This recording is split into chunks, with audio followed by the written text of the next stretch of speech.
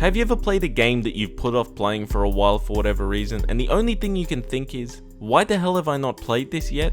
That's basically my thoughts on Hollow Knight. Thanks for watching, you can go now.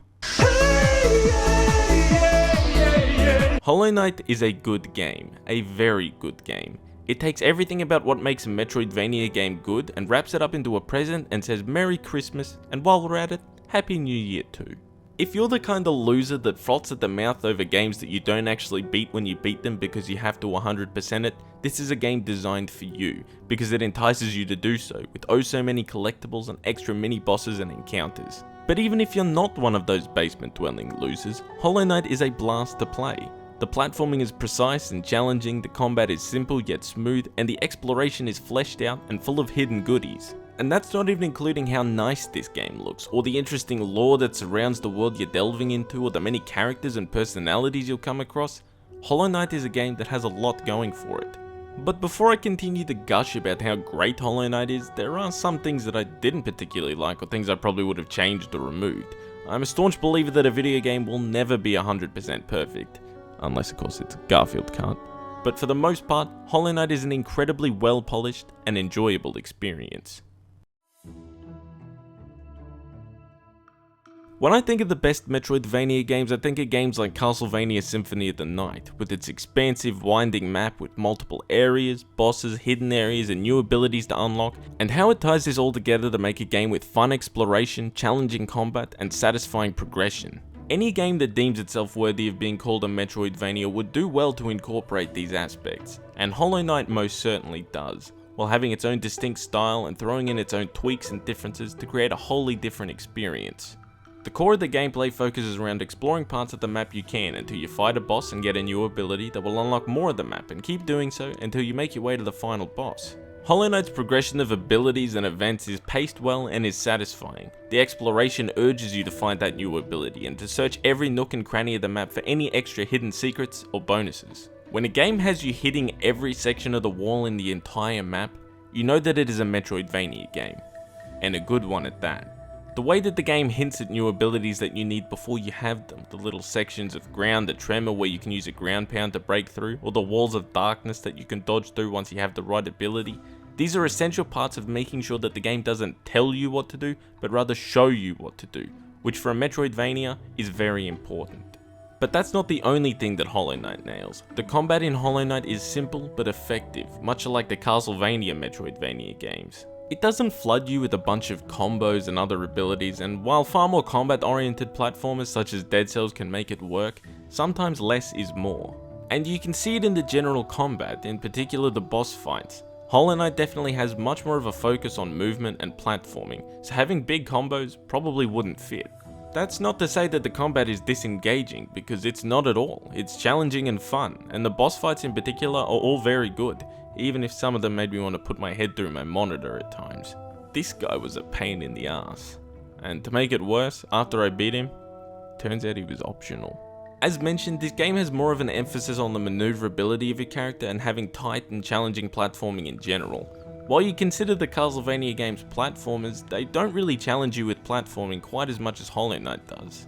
There are multiple areas full of winding obstacles and other pointy boys that you'll have to dip and dash around, and it's really tight and precise as well as challenging.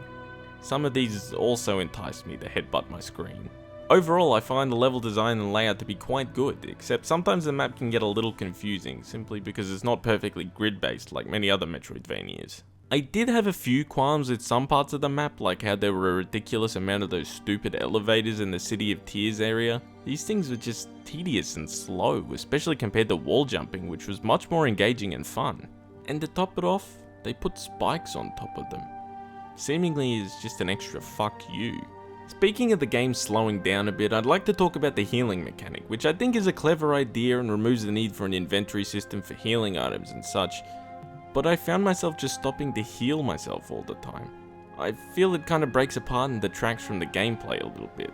Although I think it works best in the boss fights, as it prevents you from stopping time and consuming 10 gallons of healing liquid in a nanosecond like other games might allow you to, but outside of the boss fights I feel a little ambivalent about this mechanic. I like the map system as well. I think it looked quite nice and I thought having to obtain a map for each area was fair, but I didn't really understand why so many map features were hidden behind a paywall. Was that really necessary? Is that part of the challenge? I mean, you have to pay to be able to put markers on the map. Like, come on. In fairness, money was fairly easy to come by, so I didn't really have a hard time being able to afford that stuff. There were plenty of other things fairly easy to come by in this game, in the many trinkets and extra collectibles hidden around the map, though some were a little more hard to come by than others. As mentioned, this game is a dream for people who like to 100% video games, and the game encourages you to do so. When you look at all the extra mini bosses around the map and so forth, there really is a whole lot of content in this game. It's a good length too, it's not too short to be disappointing, and it's not so long as to become a drag by the end of it. Hollow Knight did a good job at keeping me interested until the end. One of the best things that Hollow Knight does is set a really interesting and immersive atmosphere. From the gloomy visuals and environments to the haunting music that softly hums in the background, you know that something in this big bug kingdom is kinda fucked up. At the same time, there's something really goofy about all of it as well. It's that nice balance of dark and funny, which is always entertaining. You get a lot of this through the different characters you meet, who are interesting and often a little oblivious to the devastation around them. Visually, this game is very good. Simple in some aspects, such as the player model and the enemy models, which are fairly simple lines and colours, but are in stark contrast to the detailed backgrounds and foregrounds and effects that are in the environments around you. These environments are really nice. The backgrounds are designed very well and are all multi-layered, which gives a great sense of depth as well. Your character and the enemies all stick out very obviously too, due to their simpler designs. So functionally, it all works very well. There's many other things that really add to the visual experience, such as the lighting changing when you walk through certain passages and stuff, or how the town at the top of the map filled up with more characters as you came across them while exploring. These were just nice additions. There were a few visual design choices that I didn't like quite as much about this game, such as the fade in and fade out between every section of the map. While I think it makes for a smooth transition of sorts, it kinda artificially slows the game down a little bit.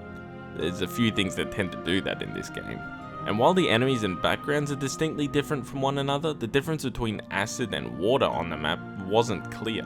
I only found out by mistake that there was water that you could swim in, as I just assumed, considering that you'd come across acid before water, that all liquids were dangerous. In fairness, you could argue that those are just nitpicks really.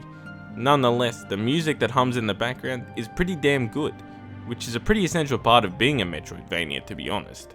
It's often very quiet and gentle before slowly building up to something more pronounced, or the more exciting tracks that play during the many boss fights around the map. The music does a great job at not only enhancing the atmosphere and mood, but also just being a generally pleasurable listening experience. Overall, Hollow Knight is a game that I would wholeheartedly recommend. Whether you like platformers or action games or just need something to play, this is a great game to sink some time into. Though it's got a few things that can be a little annoying or could be taken out, it's nothing that ruins the experience of this game. What is bad about Hollow Knight pales in comparison to what is good about it, which is just so many things, especially for a Metroidvania fan such as myself. This game does a great job at having both engaging gameplay and an immersive atmosphere. Between the challenging platforming and boss fights to the beautiful visuals and music, it's a really well made game on both a technical and visual level. The thing that made me the maddest about Hollow Knight is the fact that it has been out for almost 2 years and I've only just gone through and played it. Make sure you leave a hate comment below calling me out for being a complete dumbhead. For anybody even remotely interested, I would definitely recommend purchasing this game. It's relatively cheap and is a great experience. Truly a worthy successor to its predecessors of the genre, while creating a whole new atmosphere and playstyle. And just one more thing before I go. Take a look at this. Huh? Quality content right there.